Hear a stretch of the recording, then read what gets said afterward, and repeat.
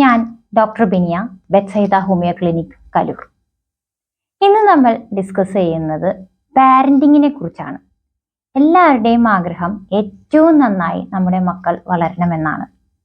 പണ്ട് നമ്മുടെ grand parents ഒക്കെ 10ഉം 12ഉം പിള്ളേരെ നോക്കിയിരുന്ന സമയത്ത് നമ്മൾ ഓർത്തു 1ഉം 2ഉം പിള്ളേരാണെങ്കിൽ കുറച്ചും കൂടി നന്നായിട്ട് നമുക്ക് ചെയ്യാമെന്ന്. എന്നാൽ ഇപ്പോഴും പ്രശ്നങ്ങൾക്കൊരു കുറവുമില്ല. ഒരുപാട് പേഷ്യൻസ് നമ്മുടെ അടുത്ത് വന്ന് പല തരത്തിലുള്ള പ്രശ്നങ്ങളാണ് കുഞ്ഞുങ്ങളുടെ ഭാഗത്തുനിന്ന് ഇപ്പൊ നമ്മൾ മാറ്റിയിരുത്തി ചോദിക്കുമ്പോൾ ഒത്തിരി കാര്യങ്ങളാണ് കുഞ്ഞുങ്ങൾ വ്യക്തമാക്കുന്നത്. അപ്പൊ അതിന്റെ ബേസിസിലാണ് ഇങ്ങനെ ഒരു വീഡിയോ ചെയ്യുന്നത്.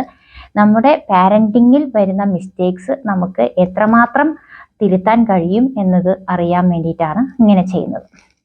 ആദ്യത്തെ ഒരു പ്രോബ്ലം എന്ന് പറഞ്ഞിട്ടുണ്ടെങ്കിൽ പാരൻസ് തമ്മിലുള്ള മിസ്അണ്ടർസ്റ്റാൻഡിംഗ് ആണ്. അത് പലതരത്തിലുള്ള വഴക്കുകൾ, ഈഗോ ക്ലാഷുകളാവാം, പ്രശ്നങ്ങളാവാം, ഗ്രാൻഡ് പാരൻസ് തമ്മിലുള്ള പ്രശ്നങ്ങളാവാം, പാരന്റും ഗ്രാൻഡ് പാരന്റും തമ്മിലുള്ള പ്രശ്നങ്ങളാവാം. ഇതെല്ലാം കുഞ്ഞിനെ ഒരുപാട് രീതിയിൽ മാനസികമായി തളർത്തുന്നുണ്ട്. അപ്പൊ അങ്ങനത്തെ പ്രശ്നങ്ങൾ ഉണ്ടെങ്കിൽ കുഞ്ഞുങ്ങളുടെ മുന്നിൽ നിന്നും ഇങ്ങനെ ഒരു സംസാരങ്ങളോ പ്രവർത്തനങ്ങളോ ഇല്ലാതെ നോക്കുക. അവർ അത്രയും നമ്മളെ ശ്രദ്ധിച്ചുകൊണ്ടാണ് ഇരിക്കുന്നത്. അപ്പൊ അങ്ങനത്തെ സംസാരങ്ങൾ ഒഴിവാക്കുക. സ്നേഹത്തോടെ കുഞ്ഞുങ്ങളോട് പെരുമാറാൻ നോക്കുക. ഈ സ്നേഹം ഇല്ലാത്ത വീടുകളിൽ അവർക്ക് അത് കിട്ടുന്നില്ല എന്നുള്ളൊരു തോന്നലുണ്ടായാൽ അവർ പുറത്തുനിന്ന് സ്നേഹം തേടി പോവുകയും പലതരത്തിലുള്ള പ്രശ്നങ്ങൾ, കുരുക്കുകളിൽ പോയി ചാടുകയും ചെയ്യുന്നുണ്ട്. അതുപോലെ തന്നെ ഈ പ്രശ്നങ്ങൾ കണ്ടു വളരുന്ന കുഞ്ഞുങ്ങൾ പലതരത്തിൽ ഇതിൽ നിന്ന് രക്ഷപ്പെടാൻ വേണ്ടി ആൽക്കഹോൾ, ഡ്രഗ്സ് എന്നിവ ഉപയോഗിക്കുന്നതും കാണുന്നുണ്ട്. അപ്പൊ അങ്ങനത്തെ പ്രശ്നങ്ങൾ ഒഴിവാക്കുക. അടുത്തതായി നമ്മൾ ശ്രദ്ധിക്കുന്നത് എന്താണെന്ന് വെച്ചിട്ടുണ്ടെങ്കിൽ അമിതമായ പ്രതീക്ഷയാണ്. കുട്ടിയിലുള്ള അമിതമായ പ്രതീക്ഷ, അതിൻ്റെ പേരിൽ കുഞ്ഞിനെ പല രീതിയിൽ കോമ്പറ്റീഷൻസിലായാലും ഒത്തിരി എല്ലാത്തിലും ഫസ്റ്റ് വരണം അങ്ങനെയുള്ള ചിന്തകൾ, അല്ലെങ്കിൽ അത് പഠിപ്പിൻ്റെ കാര്യങ്ങളിലായാലും പലതരത്തിലുള്ള കോമ്പറ്റീഷൻസിലായാലും അവരവരുടെ ഇഷ്ടത്തിനനുസരിച്ച് അവരവർക്ക് ഇഷ്ടമുള്ള ഫീൽഡിൽ അവർ വളരട്ടെ, അവർ കയറിപ്പോകട്ടെ എന്ന് നമ്മൾ മനസ്സിലാക്കുകയും അവർക്കുള്ള സ്പേസ് കൊടുക്കുകയും വേണം. അമിത പ്രതീക്ഷകൾ ഒഴിവാക്കുക. അവരെ കൊണ്ട് ചെയ്യാവുന്നതിൻ്റെ ഭംഗിയായിട്ട് അവരെ കൊണ്ട് ചെയ്യിക്കാനുള്ള പ്രാക്ടീസ് കൊടുക്കുക. അതേപോലെ തന്നെ നമുക്ക് ചെയ്യാൻ പാരൻസിൻ്റെ ഒരു ചിന്താഗതി എങ്ങനെയാണെന്ന് വെച്ചാൽ, നമുക്ക് ചെയ്യാൻ കഴിയാത്ത കാര്യങ്ങൾ കുട്ടികളിലൂടെ കാണണം. അതായത് നമുക്ക് പല കാര്യങ്ങളും ചെയ്യാൻ പറ്റിയിട്ടുണ്ടാവില്ല ലൈഫിൽ, പക്ഷെ അതെല്ലാം കുഞ്ഞുങ്ങളിലൂടെ ചെയ്യണമെന്ന് പറയുമ്പോൾ അവർക്ക് അതൊരു ബേർഡൻ ആവും, തുമ്പിയെ കൊണ്ട് കല്ലെടുപ്പിക്കുന്നതിന് തുല്യമായിട്ട് മാറും. അപ്പൊ അങ്ങനെ നമ്മൾ ചെയ്യാതിരിക്കുക. അവർക്ക് പറ്റുന്ന കാര്യങ്ങൾ അവരെ നന്നായി അത് അത് ഷോ ചെയ്യാൻ, അത് കാണിക്കാൻ ശ്രമിക്കുക. പിന്നെ ഒരു തെറ്റെന്താന്ന് വെച്ചാൽ ഫിസിക്കലി ഉള്ള ഉപദ്രവമാണ്. അതായത് ചെറിയ കാര്യങ്ങൾക്ക് പോലും അടിക്കുക. അത് പ്രത്യേകമായിട്ട് കണ്ടുവരുന്നത് വീട്ടിലെ പ്രശ്നങ്ങൾ അത് പരിഹരിക്കാൻ കഴിയാതെ വരുമ്പോഴും എന്ത് ദേഷ്യമുണ്ടെങ്കിലും എന്ത് പ്രശ്നമുണ്ടെങ്കിലും അത് ചെറിയ കുട്ടികളോട് കാണിക്കുക എന്നുള്ളതാണ്. അങ്ങനെ വരുമ്പോൾ കുട്ടികളുടെ ഉള്ളിൽ എന്നെ ആർക്കും ഇഷ്ടമല്ല, എന്നെ ആർക്കും വേണ്ട എന്നുള്ള ഒരു കാര്യം ഫിക്സ് ചെയ്ത് അത് മനസ്സിൽ അങ്ങ് തങ്ങി പിന്നീട് അതിൽ നിന്നും ദേഷ്യം, ഹേറ്റ്രഡ്, അതായത് വെറുപ്പ്, പിന്നെ അതിൽ നിന്ന് റിവെഞ്ച്, പ്രതികാര ബുദ്ധി, ഇങ്ങനെയൊക്കെ ഉള്ള ഒരവസ്ഥയിലോട്ട് കുട്ടി മാറിപ്പോകുന്നു. അപ്പൊ അങ്ങനെയുള്ള കാര്യങ്ങൾ, കുട്ടിയോടുള്ള ദേഷ്യമാണെങ്കിലും അവൻ്റെ കയ്യിൽ നിന്നും വന്ന അബദ്ധമാണെങ്കിലും അത് എന്താണെന്ന് അനലൈസ് ചെയ്ത് എന്താണെന്ന് പറഞ്ഞ് മനസ്സിലാക്കി തെറ്റ് തിരുത്തി കൊടുക്കാൻ ശ്രമിക്കുക. അടി ഒരിക്കലും ഒരു പരിഹാരമല്ല. അടിക്കുന്ന അല്ലെങ്കിൽ അത് എന്താണ് എന്നുള്ളത് കുഞ്ഞിന് മനസ്സിലാവുന്ന രീതിയിലുള്ള ചിട്ടയായി നമ്മൾ മനസ്സിലാക്കി കൊടുക്കുകയാണെങ്കിൽ അതൊരു ഗുണകരവും. അല്ലെങ്കിൽ ഈ വെറുതെ അടിച്ചത് കൊണ്ട് കുട്ടിക്ക് ഒന്നും മനസ്സിലാവില്ല. അവര് ഈ ഒന്നും പറ്റിയില്ലെങ്കിൽ, അതായത് ഈ റിവെഞ്ചും ഒന്നും വരാത്ത കുട്ടികൾ ഒന്നില്ലെങ്കിൽ ഹോപ്പ്ലെസ് ആയി മാറും, അല്ലെങ്കിൽ അവർക്ക് എന്താവും, അവർക്ക് ഒരു നിർവികാരത പോലത്തെ ഒരവസ്ഥയിലോട്ട്, അല്ലെങ്കിൽ ഡിപ്രഷൻ പോലെയുള്ള ഒരവസ്ഥയിലോട്ട് കുട്ടി കടന്നു പോകാൻ സാധ്യതയുണ്ട്. പിന്നെ ഉള്ളത് മെന്റൽ അബ്യൂസ് ആണ്. മെന്റൽ അബ്യൂസ് എന്ന് പറഞ്ഞാൽ നമുക്ക് ഏറ്റവും അധികം കാണുന്നത് തരം താഴ്ത്തി കാണുക. അതായത് കുട്ടിക്ക് ഒരു കഴിവില്ല, വിലയില്ല, നീ എന്തിനാണ്, നീ വന്ന കാലം മുതലേ കഷ്ടപ്പാടാണ്, അങ്ങനത്തെ പ്രാക്കുകൾ, പലതരത്തിലുള്ള അവരെന്നെ താഴ്ത്തിക്കെട്ടുന്നുള്ള സംസാരങ്ങൾ, words, repetition of the same sentences, അത് ഓരോ കാര്യങ്ങളും ഇങ്ങനെ വന്നുകൊണ്ടാണ് ഇങ്ങനെ സംഭവിച്ചത്, ഇങ്ങനെ ആയതുകൊണ്ട് ഞങ്ങൾക്കും പ്രശ്നങ്ങളായി എന്നൊക്കെയുള്ള തെറ്റായ ഒരു അവസ്ഥയിലോട്ട്. അപ്പൊ ആ കുഞ്ഞിന്റെ മനസ്സിൽ അതൊരു വലിയൊരു ഞാൻ ഒട്ടും കൊള്ളൂല, ഞാനൊരു വേസ്റ്റ് ആണ് എന്നുള്ള ഒരു ചിന്താഗതി കുഞ്ഞിൽ ജനിക്കുന്നു. അപ്പൊ അങ്ങനെ ഇല്ലാതിരിക്കുക. കമ്പയർ ചെയ്യാതിരിക്കുക, കുട്ടിയെ മറ്റുള്ള ഒരു കുട്ടിയുമായി കമ്പയർ ചെയ്യാതിരിക്കുക.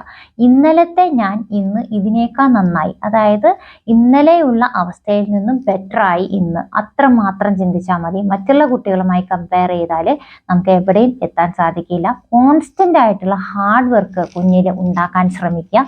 എത്ര IQ ഉണ്ടോ അല്ലെങ്കിൽ അങ്ങനത്തെ കമ്പാരിസൺസ് ഒന്നും ആവശ്യമില്ല. കോൺസ്റ്റന്റ് ആയിട്ട് കുഞ്ഞ് ഹാർഡ് വർക്ക് ചെയ്യാനായിട്ട് നമ്മൾ പ്രോത്സാഹിപ്പിക്കുക.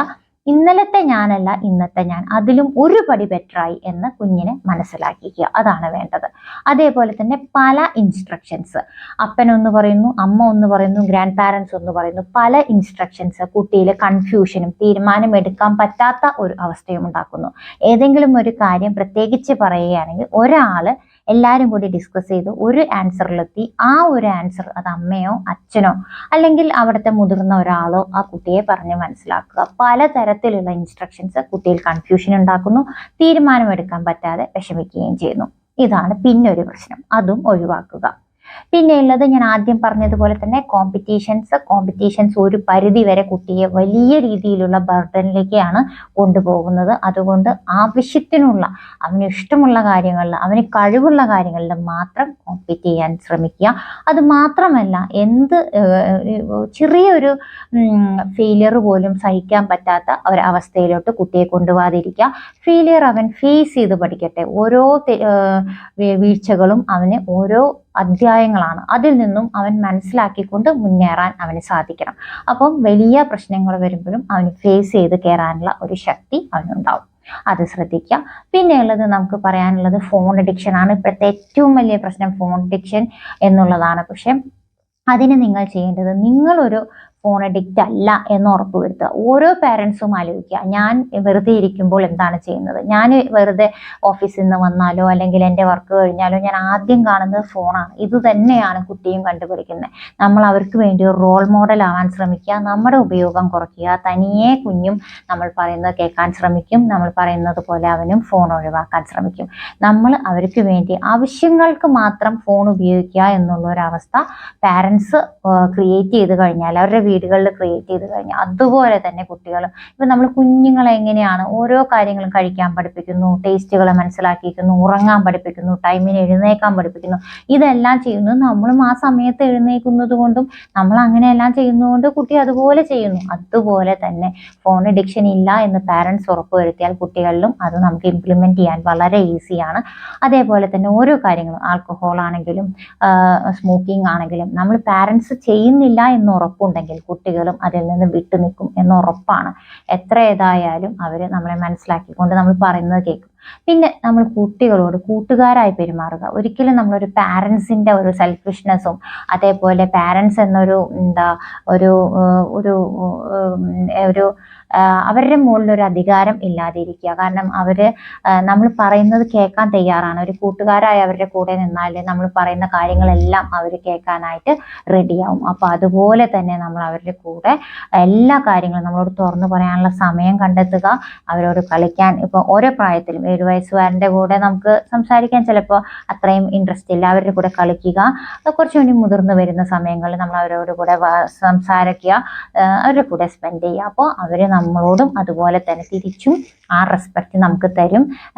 നമ്മളോട് ഒരു ഭയമല്ല വേണ്ടത്. പാരൻസിൻ്റെ അടുത്ത് കുട്ടികൾക്ക് ഭയമല്ല വേണ്ടത്, റെസ്പെക്റ്റ് ആണ് വേണ്ടത്. അത് ശരിക്കും കിട്ടണമെങ്കിൽ നമ്മളും അവർക്ക് റെസ്പെക്റ്റ് അതുപോലെ തന്നെ അവർക്കൊരു സ്പേസ് കൊടുക്കുക, അവർക്ക് വളരാനുള്ള സ്പേസ് കൊടുക്കുക. അവർ തീരുമാനങ്ങൾ എടുക്കട്ടെ, കൊച്ചു കൊച്ചു തീരുമാനങ്ങൾ, അവരുടെ ഡ്രസ്സ് എടുക്കുന്ന കാര്യത്തിൽ അവർക്ക് അഭിപ്രായം പറയട്ടെ. അതേപോലെ തന്നെ അവർ തീരുമാനങ്ങൾ എടുക്കട്ടെ, അവരുടെ ആവശ്യങ്ങൾക്കുള്ള തീരുമാനങ്ങൾ അവർ തന്നെ എടുക്കാൻ സമ്മതിക്കുക. അപ്പോൾ വലിയ കാര്യങ്ങളിലും അവർക്ക് അതുപോലെ തന്നെ അഭിപ്രായങ്ങളും തീരുമാനങ്ങളും എടുക്കാൻ സാധിക്കും. കൺഫ്യൂഷൻ ഇല്ലാതെ അവർക്കൊരു സ്പേസ്, അവർക്ക് എന്തെങ്കിലും ആവശ്യമുണ്ടെങ്കിൽ വലിയ കുട്ടികളിൽ പ്രത്യേകിച്ച് ഒരു ടീനേജേഴ്സിലൊക്കെ അവർക്ക് ആവശ്യമുണ്ടെങ്കിൽ നമ്മുടെ കൈ പിടിക്കട്ടെ. നമ്മളെപ്പോഴും അവരെ കൈ പിടിച്ച് കൂടെ കൊണ്ടുപോകുന്നതിന് പകരം അവർക്ക് ആവശ്യം വരുമ്പോൾ നമ്മുടെ കൈ പിടിക്കട്ടെ. അപ്പോൾ നമ്മൾ സഹായിച്ചു കൊടുക്കുക, ട്രാക്കിലോട്ടാക്കുക, ഒരു വഴി കാണിച്ചു കൊടുക്കുക. ആ പാത്തിലൂടെ അവർ പോകുമ്പോൾ അവർക്ക് തന്നെ അവർ ഒരു കാര്യം ഒരു എന്താ പറയുക, അവരുടെ എയിം സാധിക്കുന്ന രീതിയിൽ ചെറിയ ചെറിയ കാര്യങ്ങൾ, ഒരു സൈക്കിൾ ഓടിച്ച് ഒരു സ്ഥലം വരെ പോവുക, അതുതന്നെ ആ ഒരു 10 വയസ്സുകാരനെ സംബന്ധിച്ച് വലിയൊരു കാര്യം അവൻ ചെയ്ത പോലെ തോന്നും. പക്ഷെ നമ്മളെപ്പോഴും അവരുടെ കൂടെ പോയി കഴിഞ്ഞാൽ അവർക്കൊരു എയിമിൽ തിരിച്ചെത്താൻ പറ്റില്ല. അപ്പം അങ്ങനെ അവരെ കൊണ്ട് കാര്യങ്ങൾ ചെയ്യിപ്പിക്കാം. പാരൻറ്റിങ്ങിലെ ഈ പറഞ്ഞ കാര്യങ്ങൾ ഇത്രയും ഓരോരോ കാര്യങ്ങളും വലിയ വലിയ എന്താ പറയുന്ന മാറ്റങ്ങളാണ്. ഇതെല്ലാം മാറ്റിക്കഴിഞ്ഞാൽ ഈ മെൻ്റൽ അബ്യൂസും ഫിസിക്കൽ അബ്യൂസും അതേപോലെ തന്നെ തരം താഴ്ത്തി കാണലും അങ്ങനെ തുടങ്ങി ഇപ്പോൾ പറഞ്ഞ എല്ലാ കാര്യങ്ങളും നമ്മൾ പരിഹരിക്കുകയാണെങ്കിൽ ഒരു രാവിലെ എഴുന്നേൽക്കുമ്പോൾ അവരെ ഒന്ന് കിസ് ചെയ്ത് ഒന്ന് ഹഗ് ചെയ്ത് അവരെ വിളിക്കുക, അല്ലാതെ ദേഷ്യപ്പെട്ട് അയ്യോ സമയം വൈകിയല്ലോ എന്നും പറഞ്ഞ് ആ ഒരു അവസ്ഥയിൽ കുട്ടി ആ രാവിലത്തെ ആ ഒരു സന്തോഷം പോലും ഒരു കുഞ്ഞിനും ഇപ്പൊ കിട്ടുന്നില്ല. അത്രയും തിരക്കാണ് പാരൻസിന്. അപ്പൊ അതിൽ നിന്നും മാറി അവരെ സ്നേഹത്തോടെ വിളിച്ചെഴുന്നേൽപ്പിച്ച് സ്കൂളിലോട്ട് വിടുന്ന ഒരു അവസ്ഥയിലോട്ട് നമ്മൾ എത്താൻ ശ്രദ്ധിക്കുക. അത് ചെറിയ കുട്ടികളിലാവട്ടെ വലിയവരിലാവട്ടെ, വലിയ കുട്ടികളിലും ഇതുപോലെ തന്നെ ഒരു സമയം അവർക്ക് വേണ്ടി സ്പെൻഡ് ചെയ്യുന്നു. എൻ്റെ പാരൻസിന് എന്നെ ശ്രദ്ധിക്കാൻ സമയമുണ്ട്, എന്നെ കെയർ എടുക്കുന്നുണ്ട്, അവരുടെ മനസ്സിലൊരു തോന്നലുണ്ടായാൽ അവർ നമ്മൾ പറയുന്നതെല്ലാം കേൾക്കാൻ അവർ റെഡിയാണ്. ഒരു കുട്ടിയും മോശമായി ജനിക്കുന്നില്ല. എല്ലാവരും ഇങ്ങനെ ഓരോ സിറ്റുവേഷൻസ് കൊണ്ട് മാറിപ്പോകുന്ന കുട്ടികളാണ്. അപ്പോൾ അവർക്ക് വേണ്ടി നമ്മൾ കുറേ മാറ്റങ്ങൾ നമ്മുടെ ലൈഫിൽ ചെയ്യുക. നമ്മൾ അവർക്ക് വേണ്ടി റോൾ മോഡലാവുക, നന്നായിട്ട് പാരൻറ്റിങ് ചെയ്യുക. നല്ലൊരു ദിവസം ആശംസിക്കുന്നു. Thank you.